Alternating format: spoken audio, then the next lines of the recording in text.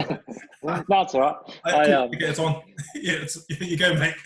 I did podcasts, so I had to restart a few podcasts, so I'm used to it.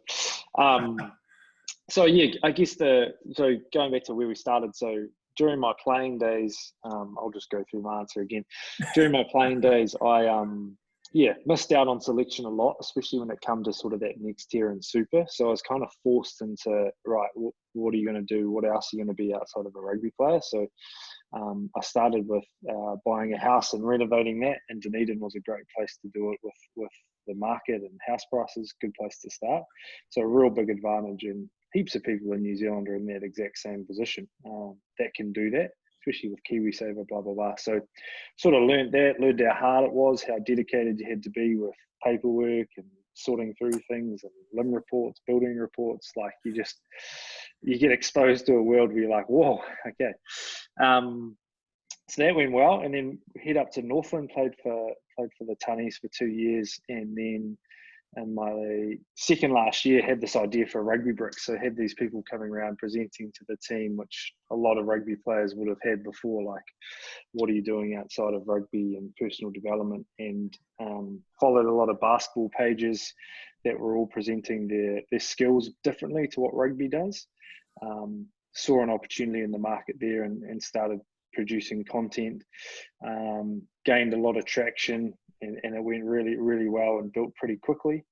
And then as I was going, I always knew that I wanted to sell kicking tees and product, but I knew that I had to build an audience first online, definitely, before just sell.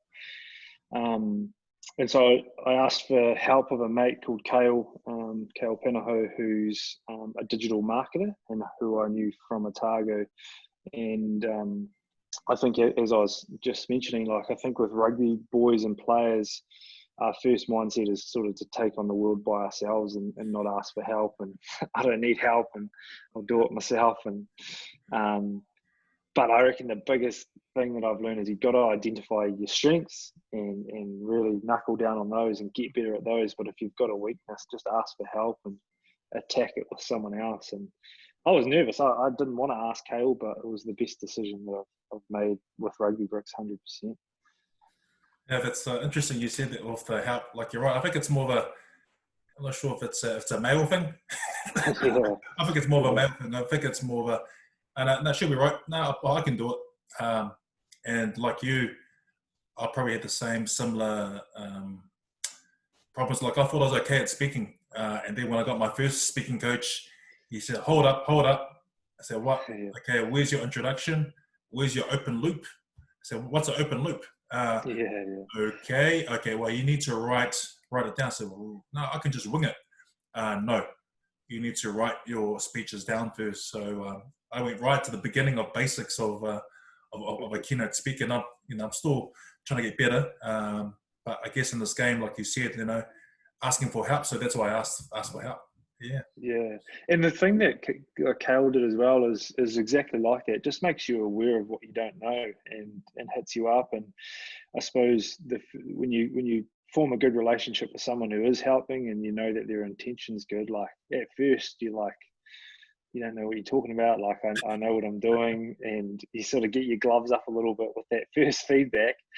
But then once you've been through the experience, you're like, yeah, they were right. I had to learn it and start from scratch. So yeah. Yeah. But when I reached out, I knew you were part of that Tiger team.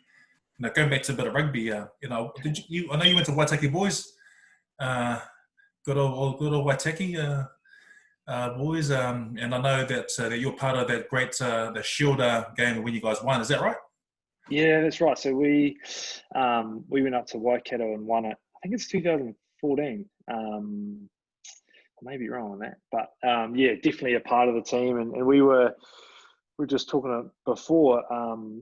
We were kind of the team that stuck it out when Otago went almost belly up and folded and had no money. So mate, you'll be careful what you say there, mate. And like, there was heaps of us boys that were kind of last year of academy. They came to us and said, look, we're done. There's no money. There's no contracts. And a lot of us were just like, okay, we'll hang around. We'll sign for minimums and stick it out. We had nothing else happening. And it was really cool for that group to go on sort of 2 years later and experience that. I think that added to the value. And like, we'd all kind of stuck it out through that tough time. Brownie came back with a few other awesome coaches, Case Muse and Phil Young, all sort of Otago guys that were there for the right reasons. And yeah, it was a special 9 days. It was awesome to have the 9-day turnaround after winning the Shield. Yeah, I think my first challenge for the Shield was in 2000. So I got caught up to the Otago team. I was about 20. I was playing in the Bees, the Otago Bees, or the Bees is all good. I got caught in as a reserve, and we went to Old Jade Stadium up in Christchurch. Goodness, I haven't seen it so packed, probably 30, 40,000. And then within the first 10 minutes, there was an injury, and John Blackie, big old Beagle, got injured. And they said, Filipo, you're up. So what? I'm only just warming up. so Beagle came limped off, and I went on, and I marked the guy, the current former All Black captain, Todd Blackadder. So, here's me, 20 years old, marking one of the greats of Canterbury rugby, tough guy, and then played in the game and played for the rest of the game, 70 odd minutes. So at the same time, me and Carl Hammond, so we came on at the same time. So I think Case Muse got injured, so we both came on because we were in the New Zealand Colts that year. So anyway, on the 77th minute, they scored to win. So saying from their game. That's what was so crazy about it, because like we were surrounded. It was like 56 years and all these legends of the game, like the biggest of names that you can think of, and then a bunch of us went up there and won it. It was it was pretty surreal. Yeah, no, that's awesome, man. Yeah. I mean, you were saying before, but I know I probably assumed you're because I always thought you were in the Highlanders squad or the. Tell me how. So who was ahead of you? So I was in the Highlanders squad, and then also had some time in the Blues squad. And I guess like first five, it's sort of that position that there's usually guns in front of you in every position, but definitely first five.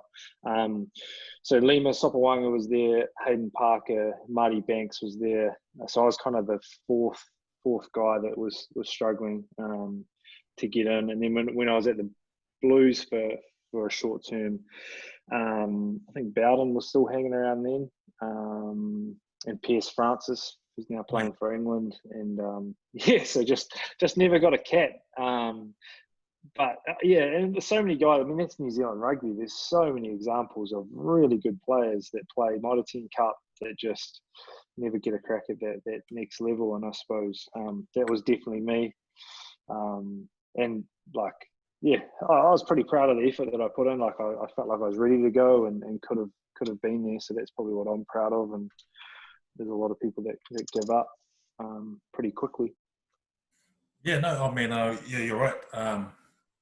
Having travelled overseas and coming back and watching the talent on the show, and in New Zealand, and watching the Super Rugby, the current one we have, it just shows the talent and the system that works really well here, and it's you're gonna be.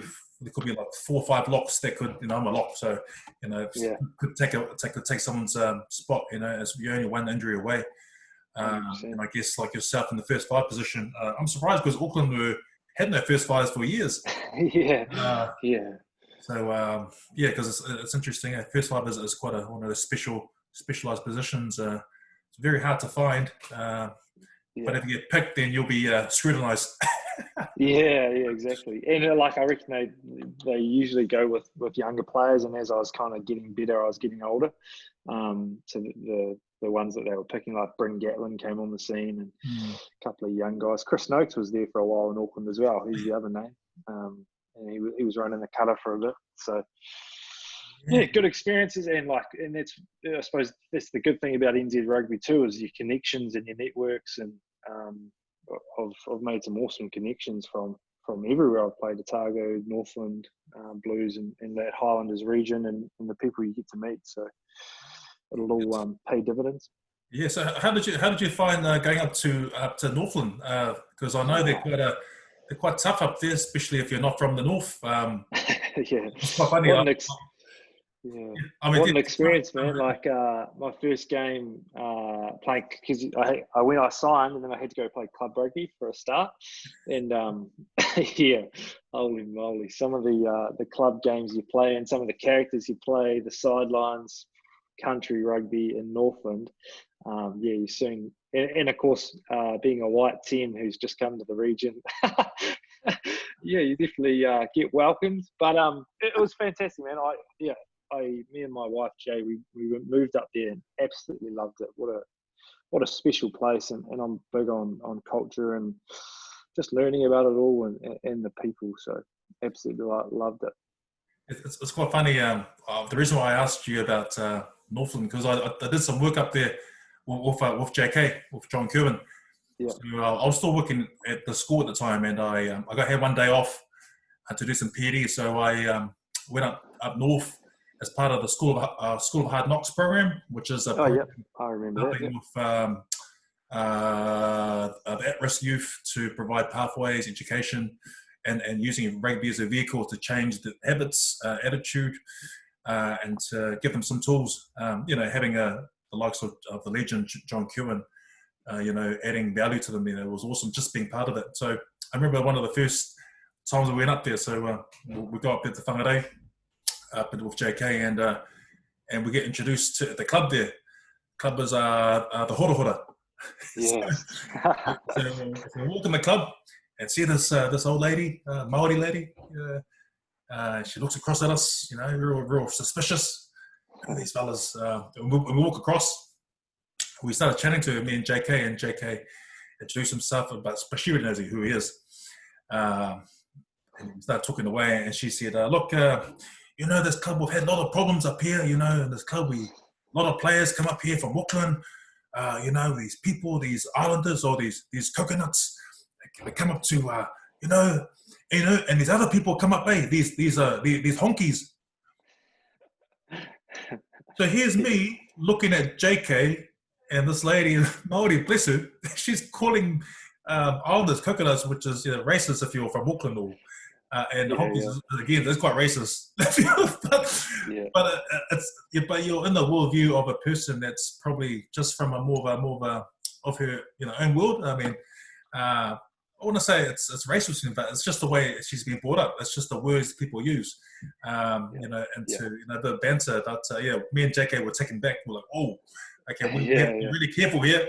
So that's why I just mentioned that. It's a different world up there. 100%. And then, when you play clubs like Hora Hora, the amount of just dirty stuff on the field, and guys are just there for one reason.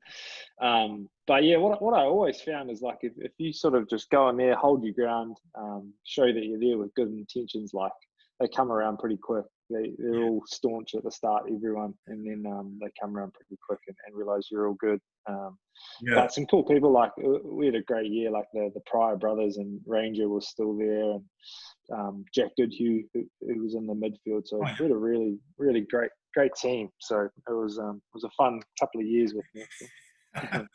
The old Taniwhas. I did a talk up there. One of my first talks on transitioning. I did one of the Taniwhas in 2018. Cool. So I got so I'm not sure if you were there, but I went up there. But Ranger was still there. Ranger, some of the boys were there. But I just did a talk on tackling a career change, transition. So this is my very first talk, was speaking in front of rugby boys, and I knew I had to talk to some local lads, some of the guys who played for Northland, and they just told me, don't be flash, just tell your story, be real, open up, that's it. So that's what I did, just opened up and just said, this is what you'll face when you go through, when you finish your career, the challenge you'll face, from mental challenges to financial challenges to the relationship challenges, to a lot of things that just pop up. Some things that we don't really prepare for post rugby or post sports career. So And so I guess one of the things of talking about your career is like, how did you find your transition from a professional rugby player to being a full-time businessman running your rugby Yeah. place? Yeah, I suppose I was lucky throughout my experiences I'm always pretty driven when it comes to off-field stuff like projects, and I guess that's how I broke it up, as I'm working on a project rather than a career. It's kind of how my brain works best. Because I think it gets a bit overwhelming when you think, what's my career? Am I going to be doing when I'm 45, 50? So I was just like, I'm just going to spend 12 months, work on this project as best I can, learn as much about it. And that's kind of how I went about it and attacked it. I reckon the people transitioning, it really affects the top end. So the guys that have been in Super Rugby, probably played some years overseas and got that real good coin. I reckon those are the guys that get hit, because a lot of the guys in my position and the Mitre 10 Cup guys, like, you're still for 4 or 5 months of the year having to make ends meet and work on things and have skills outside of rugby. So I guess I can't really talk on that really top tier of athlete. I reckon those are the guys that had a lot of money and a lot of cash and endorsements coming their way, and then bang, they're sort of into their career in their middle, late 30s is a really tough transition. And I guess that's why I'm liking what you guys, like people like yourself, are doing, is making them aware of it with 2, 3, 4 years to go. Like, hey, get some skills because shit's going to change quickly. Yeah, you're right. I mean, as you remember, in Dunedin and Otago, we had a great man, Pete Sinclair. Yes. The old listener. And I remember him when I first met him when I was 19 or 20, and I probably spoke till I left Dunedin when I was 28. So I was probably involved with Peter for a long time, 7, 8 years, chatting away, and he used to provide opportunities for some of the guys to do courses. So actually, he did start a group of us that did a certificate in business, a certificate planning, I think, a business certificate planning through the Otago Polytech. Cool. So that was 2002, 2003. And myself, Tane Randall, there's a guy, the South African prop, guys at Mostart, I think. There's a couple of us that were involved in the group. There's only about 6 or 8 of us. And we did this course through the Polytech. And I don't know, I must have passed because I've got the old Otago Polytech, cert, so I've passed it, but it's not till you leave until you think, oh, what did I do back in the Polytech course? And that was my first qualification after high school, getting that wee little certificate. So I was 21, 22.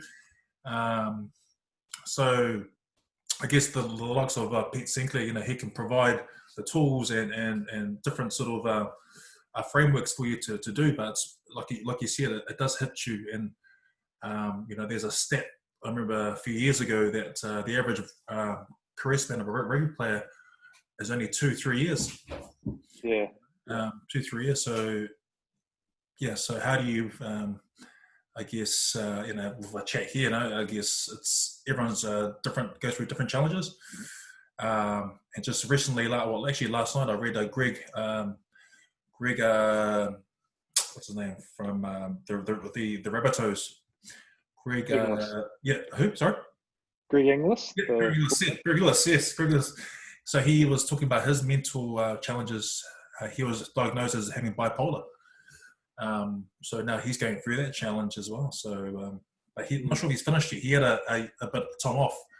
I think he's going to the UK as well. So I looked at a bit that you got involved with real estate. Can you tell me more, mate, about how that happened? Yeah, so I was working. I did my personal training diploma at Polytech, and so I had that. So I was doing personal training, but we had someone come speak to the rugby team about real estate, and I think if you're in New Zealand, and you've got KiwiSaver plus a little bit of rugby money, and you've got some cash, it's really easy with 10% deposit to get into the real estate game. And it's I think it's such a smart thing to do for people to do early, because you'll never regret having it. So started that. I wanted a project in the off season as well from Otago seasons to work on, and something outside of rugby and learn and experience. And just as you were talking there, I think when a personal development person offers you like, try this or get your license in this, they're really just offering you like experiences. And I think I was speaking with Sione Famawina. He was talking about when he played, like all he did was train, eat, couch, train, eat, couch. And through his career, like he never experienced anything. He never had to build a fence or dig a hole or drive a digger. So probably don't think of like you have to get a certificate or a diploma, like just experiences. That's what you build as a person. So anyway, back to the renovations. So did the first house renovation, went really well. Got the property tidied up, and sort of 6 months later got it revalued, and I was able to use that equity to then buy a second house. And it was a great experience. Like, learned so much, how to do things, how to build things. You make a lot of mistakes, heading down to Bunnings, like picking up orders, and yeah, it was just a great experience, and I learned a lot from it. And probably the best thing was I learned the value of an hour, like how much you can do in an hour when you're doing a house renovation. Like, if I just get this coat of paint on, this job will be done, and then I can do the next job. Rather than moping around and chilling on the couch. No, like I'll rather give that to someone else. I'm not good at that. Yeah. Like, I buy the house. Like, my first house was in Dunedin, up in Mary Hill. Yeah. Real cheap, probably $190, I think, years ago. Nice. Yeah, but it was a brick house, so it wasn't much to do there. However, when I looked to sell it 10 years, how many years later? 10 years later, I got a guy to do my my freestanding fireplace. That. Yeah. So when they did the building, building search, to look at any defects or anything illegal. Well, my fireplace was illegal, so it was too close by the wall by about 20 or 30 centimeters. Yeah. So I had to negotiate a lesser fee, or probably a couple $100 just to remove it, and for the building permit to go through. So that was a bit of a lesson. Like, if you're looking for guys, make sure that you don't get cowboys. So that's a bit of a lesson. So, lucky the house burned down. Yeah, I reckon one of the best thing that my uncle told me, actually, when it comes to houses, is like, just go in there, like, and you buy a house, try and make 30 grand in 12 months. And a lot of people think of these house investments as like, you've got to make double your money, or it's a $1 million moment. I reckon just go on with the idea, like, can I make this work for 30 grand?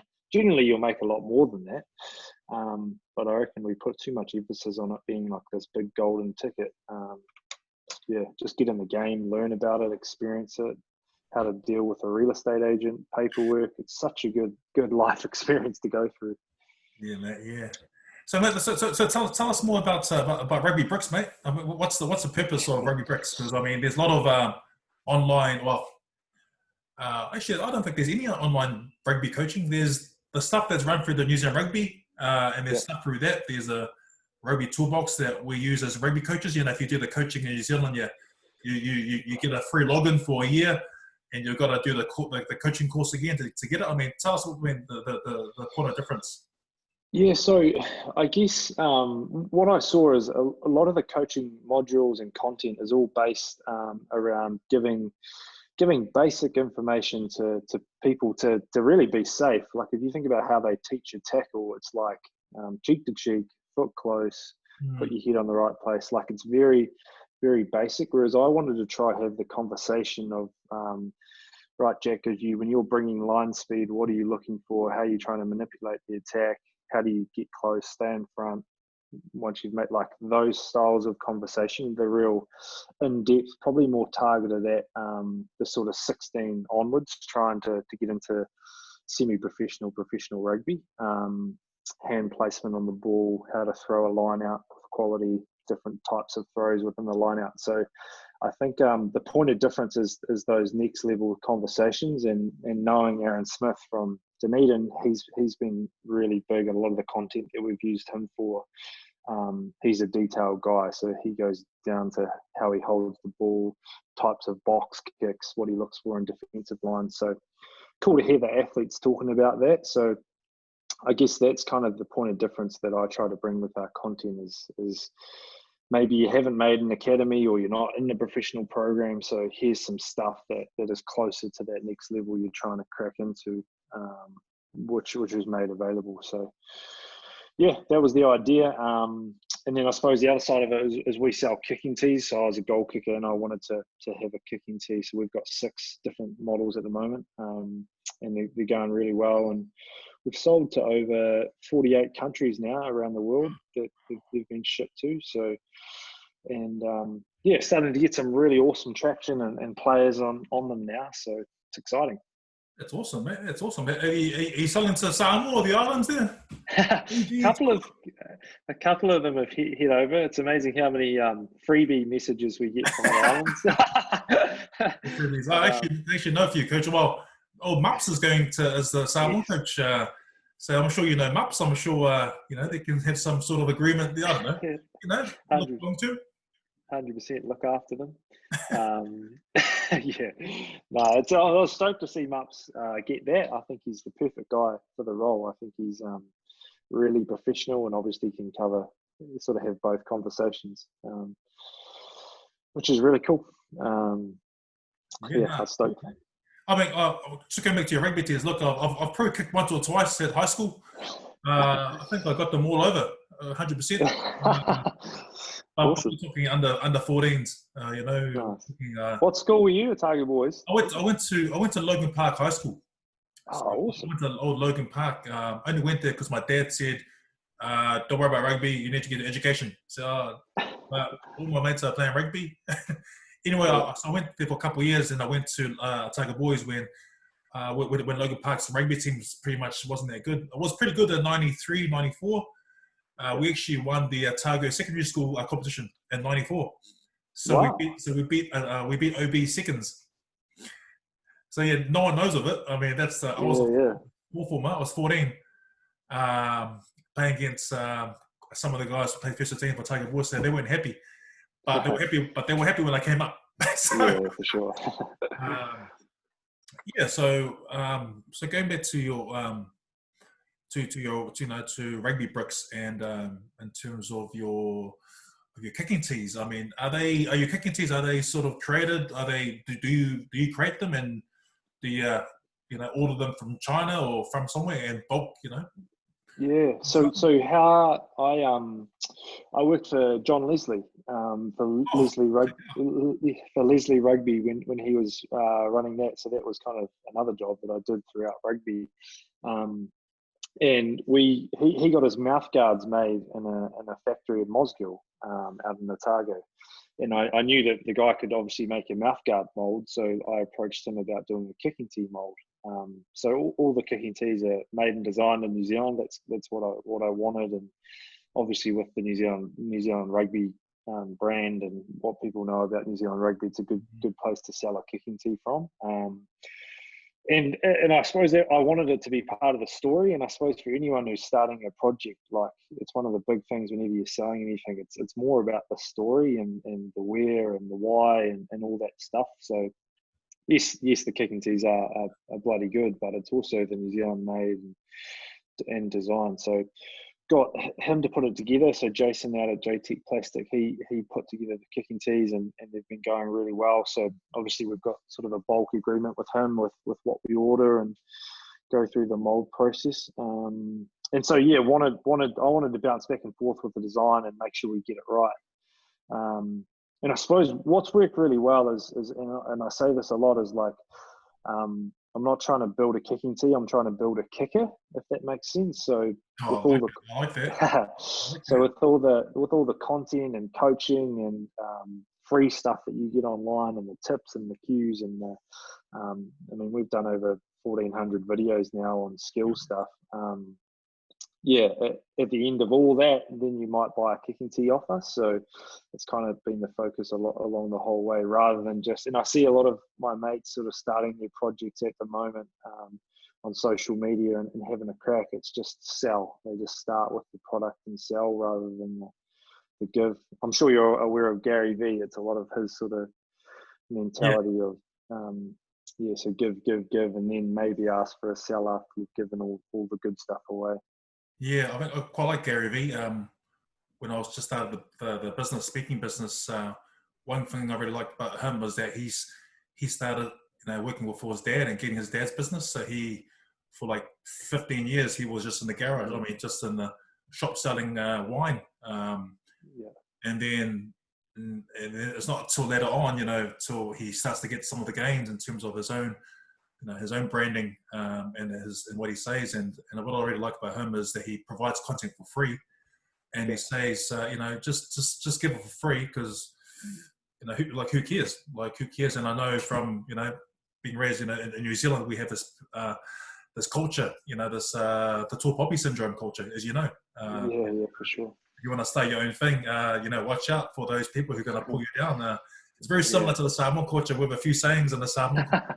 Very aligned to the tall poppy syndrome, It's, but I won't say it online. It's and like for the likes of yourself starting up, it's just awesome, mate. I mean, it's tough work. I mean, mate, touching on there, I started this playing for Northland in Tunnies. So when you post your first video, you might have 37 followers, and you can imagine what guys like Rene Ranger and the Prior Boys, like the mocking and the tall poppy and the what are you up to? Like, delete it. You got to be thick-skinned about it. And anyway, and then 5 years later, well, how many followers do you have? I think we're 131,000, just over. So who's laughing now? yeah. So it's good. But yeah, like I see that a lot of these guys with real high profile names at the moment, and then they sort of want to start something like a clothing line or an apparel thing. It's like, but there's no message. You're just chucking out a t-shirt. Like, we're not just going to buy it because who you are, like why and the how and what does it mean, and the story, I think, is where a lot of people buy into it. Yeah, I quite like that. It's I mean, a lot of the things I talk about is and there's one thing I especially when at the back end of my career, when I was reading books, I'm one of those late bloomers. I tend to read books later in life. So, that makes sense. Same. Yeah. I mean, school. I mean, I didn't really like school that much. I mean, I like rugby, going to eat my lunch and play a bit of football on the way. But I think a lot of learning happens after school. A lot of your learning, a lot of the real life stuff. Talking to people, interactions, all your soft skills really they come to play when you leave school. A lot of that's not really taught in school. So, as I guess it comes down to the mindset of rugby players or professional athletes. When we're sometimes we have a very fixed mindset, a very fixed mindset in terms of this is what we do, this is who we are, this is where we're going. And when we finish that, that's it. That's just us. We're just rugby players. But however, I've never looked at myself as that. I mean, I'm always someone I've got always other interests. I mean, I've got things I want to help people. I want to motivate people. And it could be a lot of things from my parents who, when they came from Samoa and raised us up in New Zealand, it's more giving them, more providing opportunities for other people, and so when I speak, I talk on having the growth mindset in terms of being a good person, or of always having that attitude to not give up, or to. And I think I read this on your website. I think about practicing, just keep on practicing and keep on failing and practicing, or the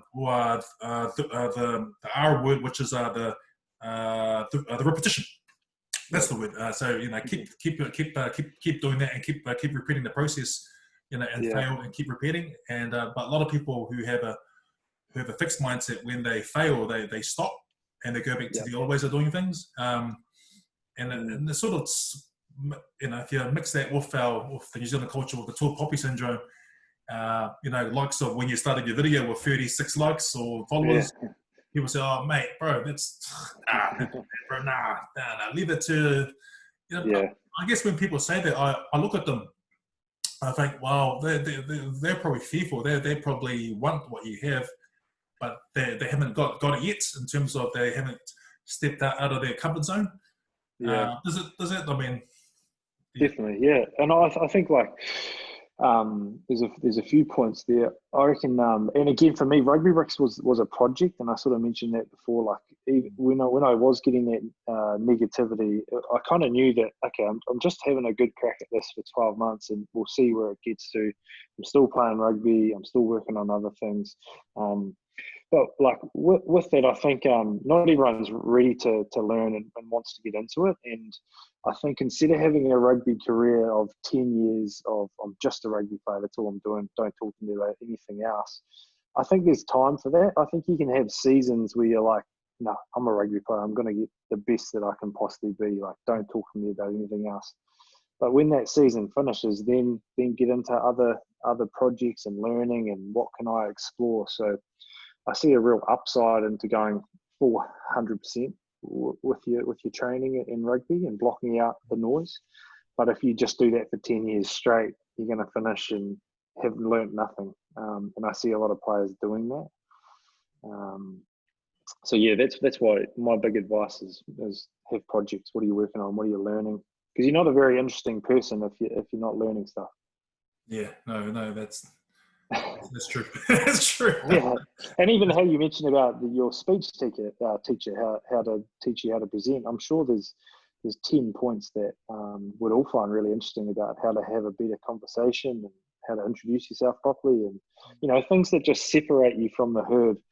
Are all magic, and it's interesting. And it's whenever I talk to people, it's like I don't care what your thing is, just be passionate about it and be excited. And if you love the NBA, get excited about it, learn about it. How do they do it? No, cool. Yeah, no, that's so true. I mean, you're right. I mean, I wasn't comfortable to speak in front of corporate crowds to a room of people who work on the construction sites. Both different crowds, but I had to sort of adapt to who I'm talking to. So I guess probably from a rugby player, if they're listening, or a sports athlete, I'll take a lot of the skills some of the soft skills we learn in a team environment in terms of communication or different personalities. You always know there's one person that's a bit of a dick, but you also know the guy who's quite loud, the clown of the team. But you also know those guys who are quiet, who like to, those guys to have their own space, or the serious type. So I guess from that, a lot of the skills that you do learn, but it's all mainly it's not till you actually, when you're meeting up with a careers advisor and they actually write down the skills that you've learned over the years, and then you start to write them out and you start to look at them and say, wow, I've learned quite a lot over the years. And then how do you apply that into your next career or industry, which you can use some of those talents or your skills or your passion or interests. And the careers sort of industry.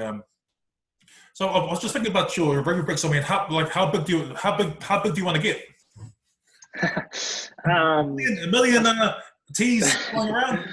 Yeah, I mean, I suppose we really, we want to sort of become the dominant T on the market, and we're sort of going about that the right way. And we kind of work in those 90-day plans, and so it's really just working to that. Like we've just expanded into Japan, which is great. So we've got someone in the team now that speaks Japanese and can translate the videos and put subtitles on, and like that opens up a new market. So and then similar thing in South Africa with dealing with some people over there of how can we get in that market and make more of a noise and get into school boy rugby, which is ginormous over there, and rugby's the hot topic after the World Cup. So I'm not really one for big on thinking about the big picture plan. I really kind of just stay in the present and try to nail each day and keep building it, and that'll just take care of itself.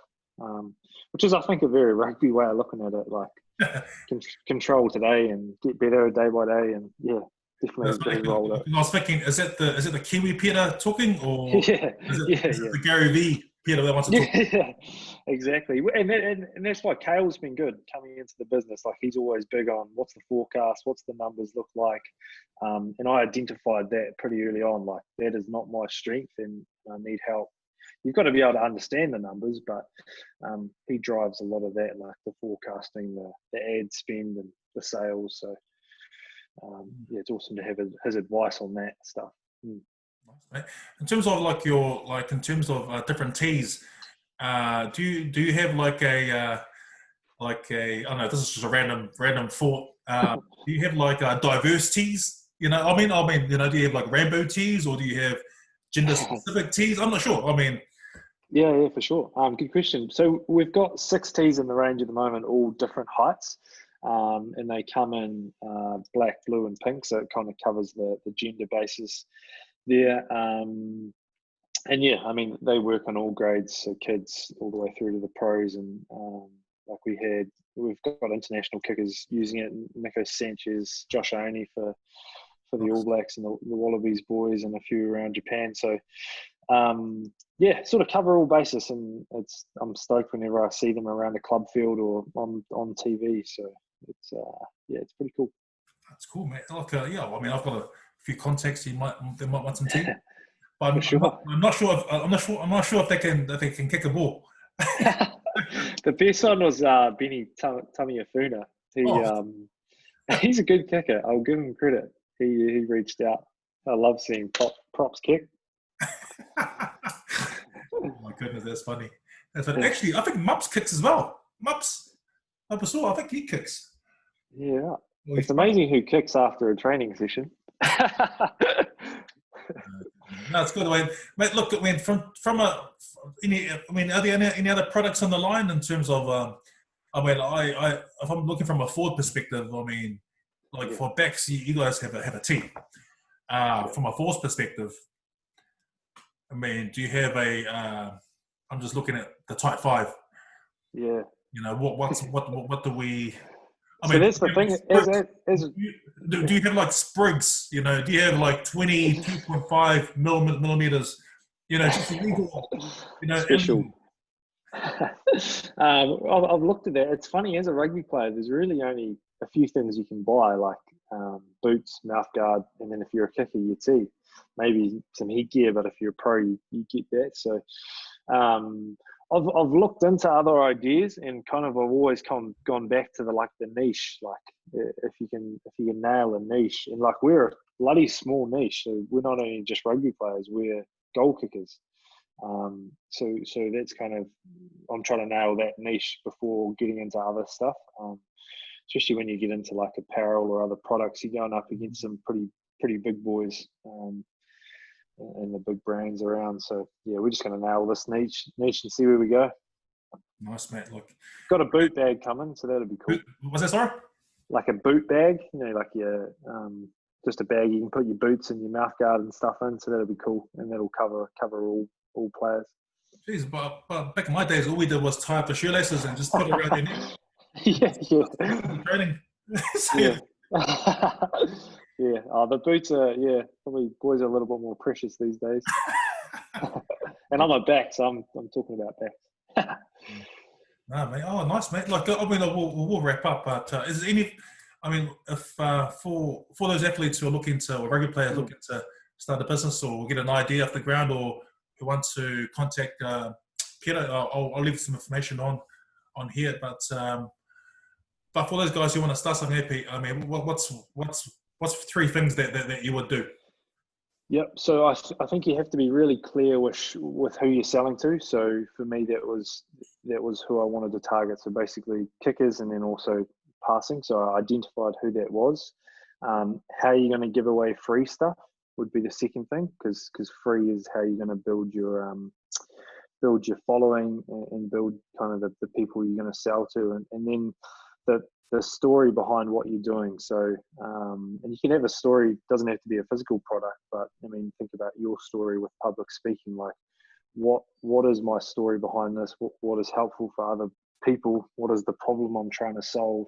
And if you kind of organize there, you'll soon get there. But then also identifying who's done it already, and that can be outside. I had some great coffees and catch-ups with people who have had their own products and where to start, and you just learn so much from just getting on with it and having a crack. You can do anything in this modern world now with technology and free websites and stuff. You just have to get started and make some mistakes and learn. And probably the last thing I want to touch on is having a mentor. So just someone who can check in. And I think people get scared off by the whole mentor thing. It's really just a friend who cares about what you're doing, who can offer feedback and see if you're doing the right stuff, because they can just help push you in the right direction or give you a pat on the back if you are doing good stuff. So yeah, that'd be my sort of three or four things. Nice, mate. Hey, awesome, Peter. It's awesome to chat. Is there any, do you want to tell everyone your website they can go to if they want to get some free teas? Yeah, for sure, man. Hey, if the opportunity is good, I'm happy to do free teas. So Rugby Bricks, if you type in Rugby Bricks on Google, it'll come up with most things. Our website's there, rugbybricks.com, and then on Instagram, just Rugby Bricks. But yeah, pretty easy to find, and send us through a message. It'll get to me. Awesome, Peter. It was awesome chatting to you today and giving a lot of value to a lot of the guys who are out there who need help, who are finishing their careers or looking to start a business or looking to do something different. I mean, some of your insights have been really important, so we really appreciate it and thankful for your time, bro. Sweet as.